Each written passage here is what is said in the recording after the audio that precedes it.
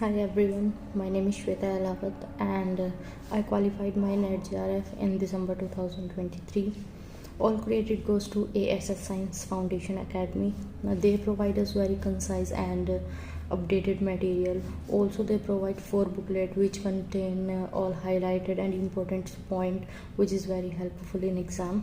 Also the faculty of A.S.S Science Foundation Academy is very helpful. Especially my personal favorite teachers are Gaurav sir and Sumit sir. They make all doubt very clear in very easy way. So thank you so much all faculty member to make my dreams true.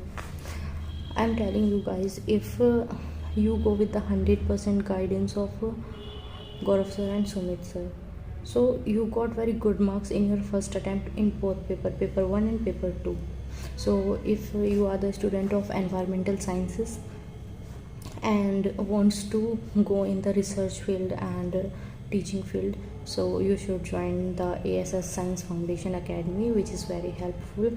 Thank you so much. Thanks to all faculty member to make my dreams true. Thank you so much.